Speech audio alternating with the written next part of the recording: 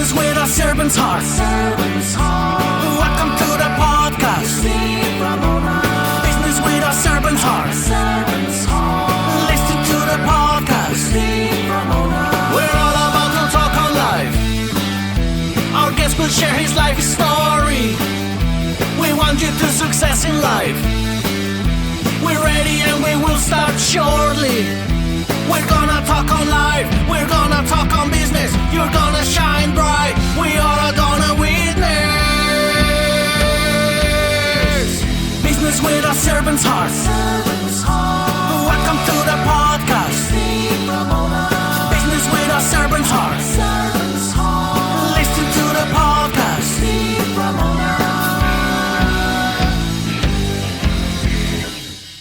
I know you're thinking, well, I'm an 8 to 5er. You're selling every day. You're selling your wife, your kids, your friends, your family members, your podcast guests, on and on and on. We're always selling. This book, I'm guessing, correct me if I'm wrong, Amy, helps in business and life. And there's such a bridge, right, with that? Yes. Very 100%. cool. 100%. Yeah. Yeah. It's around the sales process, but it's around how we're communicating at every single level. I want to invite you into the Business Network, my free school community for entrepreneurs and business owners who want to grow their network and scale their business. Inside, you'll get step-by-step lessons, monthly workshops, feedback, scripts, resources, bonuses, and a community of like-minded people who believe in helping each other win. Join us today at school.com, the Business Network, and click Join Group. I'll see you inside. Welcome, everyone, to Doing Business with a Servant's Heart podcast. I'm your host, Steve Ramona, and we talked about money last week in some of my guests, but we're going to do the other side. How do you get that money? What's the right way to do it as a servant's heart? Because I was talking to my guest who you're going to love. I love her already. There's such a cool way of doing this that you feel comfortable. I call Christmas every morning because you can give gifts to others. And guess what the gift back is? To become a client, customer, or even better, referral. So I'll stop there. Let's do our gratitude for today. And it is, I just want you to know that I appreciate and think you are amazing. And after spending 10 minutes with my guest, she is amazing. So with that being said, let's bring our guest on. Amy, welcome to the show. Oh, thank you so much for that introduction. And it's great to be here today. Well, we had a great conversation before the show, which I love. Sometimes the best part of podcasting, but we are recording. You reverse started your business. Explain that to especially entrepreneurs that listen to business owners, how you did that. Yeah, we hit just the head of it of, people start with all the things they want to offer and then push it out to the world, right? And I had a concept, of course, in what I was wanting to do. It was rooted in where I came from within my career and what I was missing. So I took some time from my career and I literally listed out on one side of the page, what do I absolutely love about corporate, about sales, about human connection? What do I love about all that? And then not what I disliked, but what I was missing. We all dislike certain things within our job. So move that out of the way. And it's more of what was I missing? What was I craving? And it was not necessarily the keynote speaker at the conference, because those are always great. They jazz you up, right? But it left me with nothing. Like I'd always go back home and do the exact same thing after this great conference or great internal meetings. So I was missing that how within. I was missing those small, real micro 1% shift nuggets that I knew I could somehow get, but didn't know where to get it. And I was not finding it. And so to reverse kind of engineer this, what I did the entire first year of my company was I started asking everywhere, can I come speak to your group for 5 minutes? Can I come chat with you for a coffee chat for 30 minutes? And I started asking a ton of questions around the things that I thought would work within those micro moments or those 1% shifts to see how the response was, to see where people were getting excited, to see where it landed flat, to see where it was moving within corporate.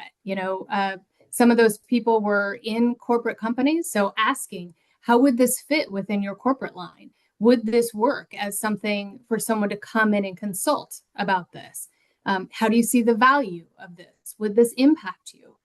Really finding and staying in. A lot of times when we're working with clients, we say at the top of your page at every meeting, write, stay curious. Really just staying curious that entire year. We still do it today, but to really form what was going to bring value to the people we were offering it to and what actually mattered to them. Because there's a whole lot of things that I may be passionate about or that I think would be amazing, but it's not in the water right now, or it really isn't of value right now. Yeah. So I kind of did the opposite. You got me going. You hit the black hole of, because ask. I developed a principle called the ASLA Principle.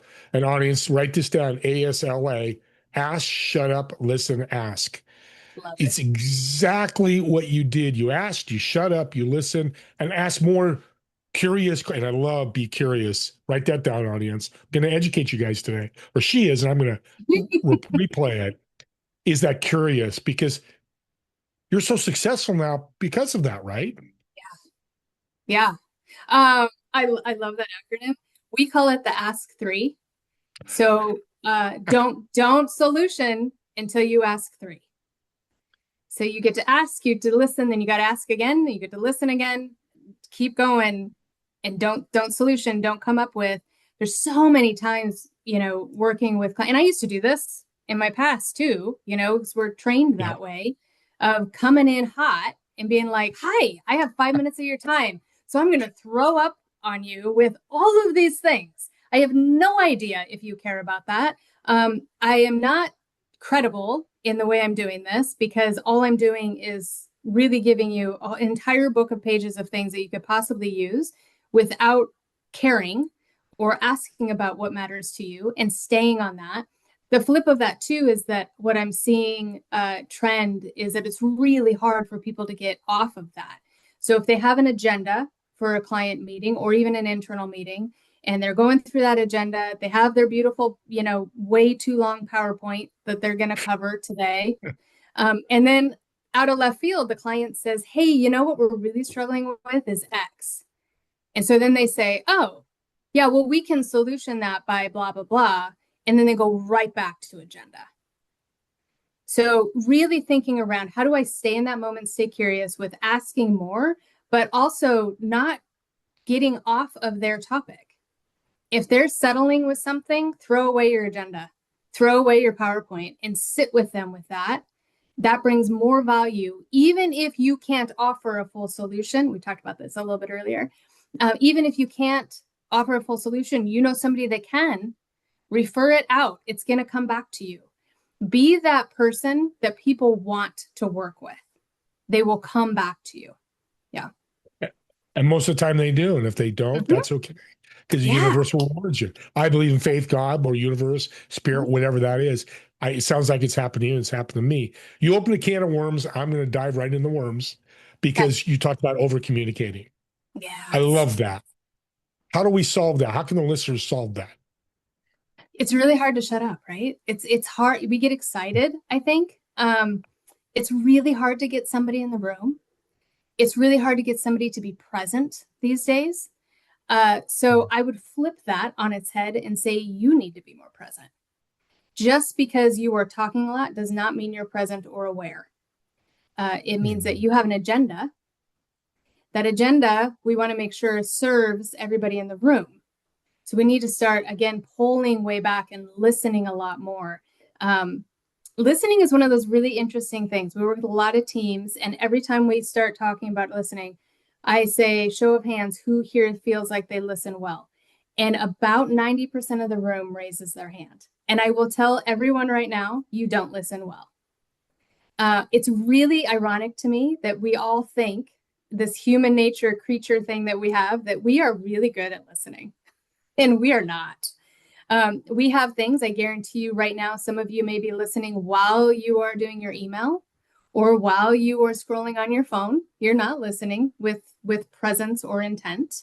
It's a background, which is great if that's what you want to do on the podcast. But when we're talking to people in a room, we need to flip that on its head and be really present.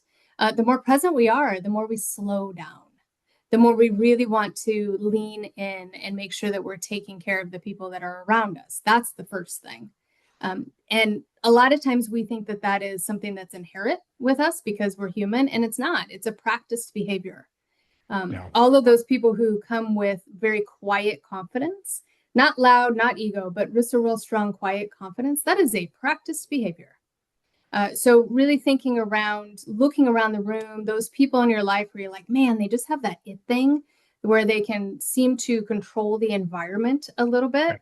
That's practiced. Look at that and watch and see what those people are doing intentionally to bring that. So that's kind of a long-winded answer, but I would say you're listening by pulling it way back, being super present. And if that means writing down, I have one client that is like, it's for some reason, it's super hard for them to stay really present. Somebody will say something and then they're going to think of 1,000 ideas with that instead of staying with them. So the way they are really practicing that and being intentional is that when that person is speaking, they are writing down certain words from what they're saying. So they're not just jotting down the entire thing, but they're staying really present with that person. So find your way to kind of shorthand being a little bit more present. Yeah. And listening is a skill, not a habit. I think habit is maybe the action. You know, I've told you, you're over 1,000 guests I've interviewed. I'm a better listener now, but I gotta say, I'm gonna be humble. I love that you said 90% raise your hands, because I would have too, but I'm not 100% listener. I'm gonna speak for you, Amy. You're not either, because life gets in the freaking way. Yes. Just is, right? Yes. I love this. What your background in psychology is helping me right now and my audience talk about sales, the mindset, because that's a big part of sales. Oh, it's I would say it's everything of sales. Okay. The mindset that we think of in sales is the buy now, right? Daniel Pink, if anybody's ever read any of his work, he's great. He wrote a book, To Sell is Human, and he did a study within that of 5,000 people. And of those 5,000 people, he asked 2 questions. What words come to mind as a salesperson and what visual comes to mind? The number 1 word was pushy, and the visual was the polyester suit used car salesman.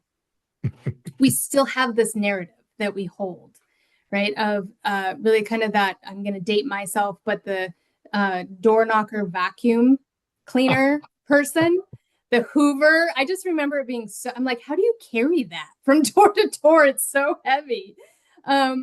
Which would be really weird right now to have somebody to come in our house and start vacuuming our carpet. That would be odd. But, you know, back in the day, that was a thing.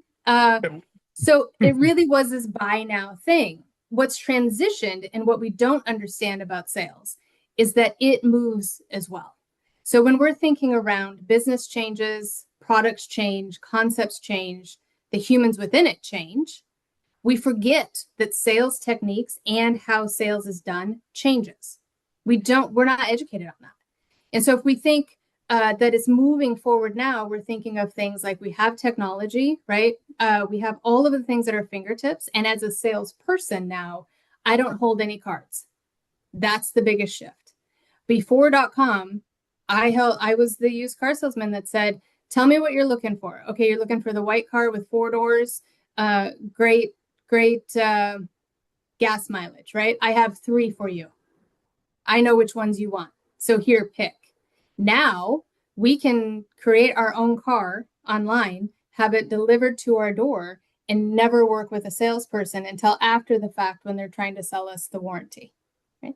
It has shifted massively. And we're not recognizing in real time that now what this concept is that we need to educate through the noise. That is our biggest purpose as a salesperson. Our purpose is not to drive solution. Our purpose is to be with them, to support them in their success, and figuring out what the noise is around their actual problem. That's where we come in. And that's where that mindset shift is huge. So the other thing is that we all have quota. We all have a goal. When we think of our day to day, if your mindset comes into the office and says, okay, my goal, here's my quarterly goal. Where am I at for this quarterly goal? And you're focused solely on that. That is a result we got to focus on the habits, the day-to-day, to get to that goal or result. So then what are you doing to serve the people that you are taking care of to then eventually get to that goal? It's going to come if you focus over here. Yeah. You got my mind rolling because I had just a great thought. You just came up with it, you didn't even know it. Why do we have goals, sales goals? I mean, I know why. Yeah. But why don't we have servant goals or service goals or goals of, hey, Amy and Steve, you both served 12 clients this month. You're the leaders. By the way, you made 100,000 in commissions as well. Tying that together. How's that sound? Yes. Oh, it's brilliant. It's just brilliant. We'll work on that together. I think we need to talk more about yes, that. I know. That's pretty cool. I love that. Yeah. Let's not forget your book, because I think books are great. And before you talk about the book, I got a surprise for you. Because I think they can sit on your desk, sit on your coffee table, wherever it's sitting, and be there and accessible to people. Tell us about your book. So I will tell you first and foremost, I never wanted to be an author. I could go back and say I never thought I would own a business either. That's still super weird to me. But it's really, to your point on these things, that's the result of really wanting to support and help others within their journey and their success, right? And so the book came from the years of client work that we have had and the threads through those years. So the things that are not leaving, the things that we keep coming up against, how to have harder conversations. What methodology are you using to really support yourself within every interaction that you have, whether that's a coffee chat, client meeting, internal meeting? Do you have a framework for that? What is happening in real time with your confidence in rooms? Which rooms lessen your confidence and why? Those are those things that are constantly coming up. And magically, not shocker, they have nothing to do with sales. They have everything to do with being human and connecting with others. And so taking those things and saying, how can we do this? Well, I have a phenomenal love of coffee. So we created a BREW Method. And that BREW Method goes back to the beginning of how I started the company, in that there's so many methodologies out there. And some of them are great, some of them are not. It is what it is. The important part of this one is that it's designed for you to create it yourself. So it's not coming in and saying, here it is. If you do this, this, and this, and this, you will have great success. It's more of, here's an outline for you. Plug and play your true, authentic self with this. Practice this and fail. Practice this and win. What came up here, right? So really looking at it in a different perspective for each authentic person, to say, oh, I'm super confident here. I don't really need that, but I do need this over here, and focus on that. And the method is be the moment, raise confidence, engage, and what about all the stuff? So the be the moment is really sitting in that preparation side. I guarantee you that you are not preparing enough.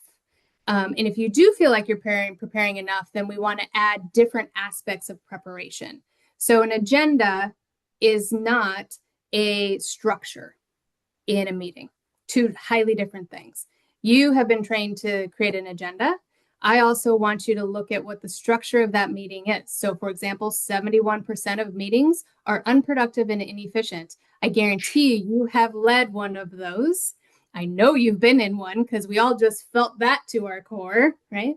So making sure that has nothing to do with agenda. That has everything to do with structure of the meeting, because structure creates safety. So that psychological safety comes in. So what are we planning differently, right? We're gonna think about that in a different concept, moving out of norm, if you will, or we're gonna pattern interrupt. We talked about that a little bit earlier. Confidence, raising confidence, all comes with your nonverbal cues. 93% of how we communicate is not verbal. So if we're going to move into really creating confidence for others to communicate with us and working on our own confidence, those are some practices that we can actually put into place, into action.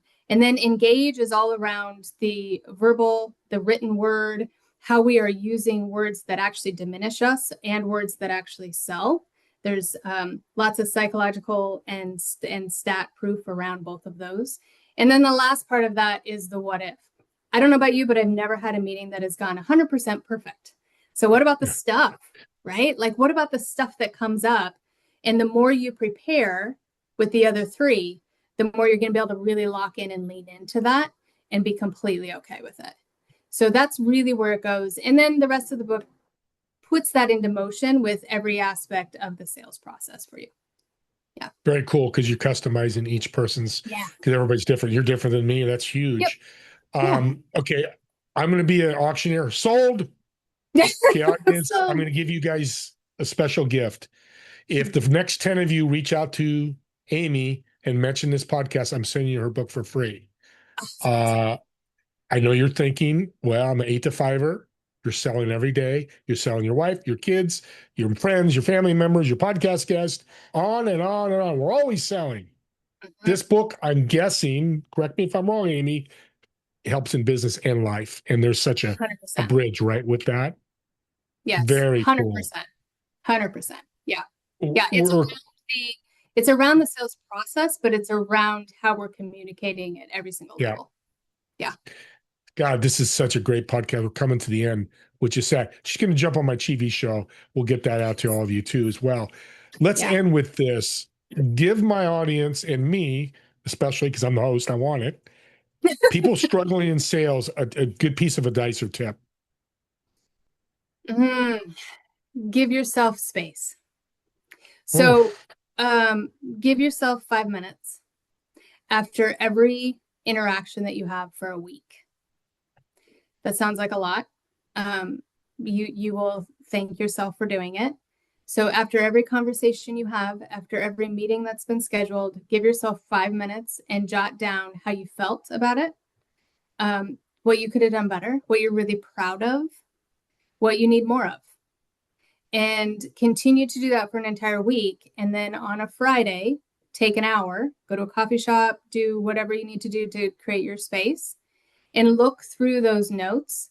I guarantee you will have continued threads of things that pop up.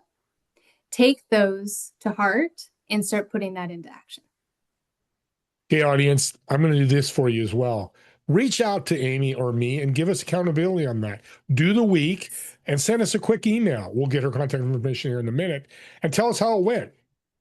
Because that's the next step, that people will do something, but there's no accountability to anybody. Yes. Not that it's wrong, but it goes deeper. If I go to Amy, I did this for a week and guess what happened? I made better relationships. Great. Me and you are going to be happy. Before we end here, I want to know Amy deeper than we know now. Personally, I'm going to get deep. So I'm coming out to where you live in San Diego. Yeah. I want you to pick your favorite restaurant. Put in your head. I want you to invite 3 people, whether dead or alive, including me and your family, if you have family, but 3 people who've been influential in your life, who made you, help make you who you are today. The second part of the question is for me. I'm a foodie. I want you to order the food for the table. Oh, that's going to be tough. Okay. I was with you until the food. I was with you. So pick your until the favorite food, what you had yesterday, what pops in your head. Yeah. So anime, I would say, is the restaurant. It's ANIMAE. It is bougie. It's higher end. But I love it, number one, because the food's phenomenal, but I also love it because of nostalgia a bit. Everything in it is velvet. So green velvet couches, chairs, has huge velvet curtains on the, floor to ceiling windows that they have. It's just lovely. And I grew up with a green velvet couch. And my parents have passed. And so it brings me home for some reason, like early stages, 1970s, 1980s. And the food, again, is phenomenal. The 3 people that's going to be a tough one. The 3 people that I would invite. My dad would be one. I talk about him in the book a little bit. He was a moment maker, and I feel like that created such value in my life of now doing what I do and really focusing on others to create moments for them. So dad would be one. I think my husband would be another one. Who really in the shift of going from my corporate career to now was pivotal for me. I literally quit my job, walked away, took 6 months off. And during those 6 months, like, what am I doing? I have no idea what I'm doing. And into the entire time, he's like, this is so fun. You got it. Like, just stay in your curiosity stage, stay in the fun side of it. Don't, get in the muck of like the back end stuff of entrepreneurial side of life. Right. And then like after the first year where I was like, now we kind of need to make some financial stuff around this. He's like, stick with it for 3 more months. You can always go back to a corporate job. Stick with it. Stick with it. So I think really pivotal for me, to your point, that accountability human in my life that I really wouldn't have had that if he wasn't there. This is a weird one, I think, but my third person would be Churchill, because I'm related by distance from him. And I would love to just have a random conversation and be in the room with Churchill. Oh my God. So those are my three. Yeah. Beautiful. What's the last food you had that was really good? That was really good. Your listeners are going to be so out. I just made, so I've been playing around with, so I'm vegetarian, been vegetarian for forever, since 1999. And I'm always focusing on like new things that I can bring in that's super easy. And I just made these different protein bites that are like to die for. So they're like 5 ingredients, takes 10 minutes. If your listeners really want, if they're into that, I can absolutely send the recipe, but they were really good. Like I had them this morning. I was like, oh, those are good. Cause sometimes those things don't hit at all. Very dry. You drink a ton of Yes. water. Yes. I like this. Okay. Send me the recipe. So I'm going to get it. But how can people, that leads to, let's connect with people. How can you connect, how can people connect with you so that you can connect with them for the book and connect with you and ask more questions so they get to know? Yes. And for their accountability after that week. Yes. You can would love to connect with you on LinkedIn. I live there a lot, so please connect with me on LinkedIn. The book is on Amazon. So Connect to Close is the book title, or you can throw my name in there. It will come up. And then you can email me at any point, amy@salesandpresence.com. That's my company name. Would love to get in contact with anyone and say hello. You're an absolute blessing, Amy. I know I met you today, but I love everything you're doing. Thank you for taking the time. I know you're a busy woman, because being an entrepreneur and owner, I can relate. It's tough, but I'm so glad you did that. Audience, here's your little call to action. Take this and share it with others. I believe podcasts are gifts, because this could make an impact with somebody. Just listening to Amy for 10 minutes. Maybe they get the book, maybe they reach out, but you're going to make an impact. How they run with that later, I'd never worry about the outcome. And that's part of sales too. Work with people, don't worry about the outcome, because Amy's so good at this. So with that being said, me and Amy, I thank everybody for watching or listening to this podcast, and we'll see you all on the next episode of Doing Business with a Servant's Heart. Have an incredible day. Talk to you soon.